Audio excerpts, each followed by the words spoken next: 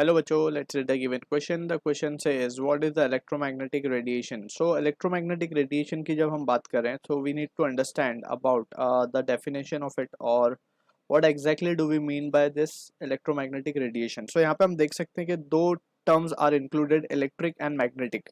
So first we will say कि it is a form of energy. We will define it as it is a form of energy that is produced by that is produced by the by the acceleration of electrically charged particle electrically charged particles traveling through vacuum or matter, we can say traveling through vacuum or matter, and it can also be understood this way okay, or it can also be it can also be considered to be the disturbance of to be the oscillating magnetic and electric disturbances. So this is how we define or we can say what is electromagnetic radiation. हम इसको इस तरीके से लिख सकते हैं, ठीक है. तो अब हमने यहाँ पे एक स्टेटमेंट लिखा oscillating magnetic and electric disturbance. Actually में यहाँ पे जैसे जब वेव पास होती थी तो पार्टिकल ऑसिलेट करते थे about it's mean position, but यहाँ पे ऐसा केस नहीं है. यहाँ पे जो है यहाँ पे मैग्नेटिक फील्ड और electric field are oscillating in nature and दोनों ही वो फेज में चलती हैं. So if let's say we try to show this, so इसको हमको इस तरीके से शो कर सकते हैं कि लेट्स से इस प्लेन के अंदर इलेक्ट्रिक फील्ड वाइब्रेट कर रही है.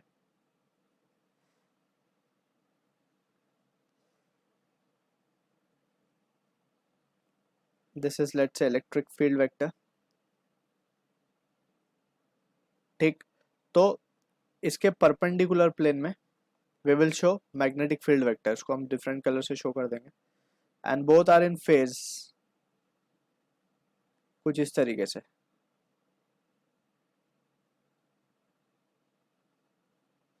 यहाँ पे थोड़ा सा और इसको हम प्रॉपरली ड्रॉ कर देते हैं.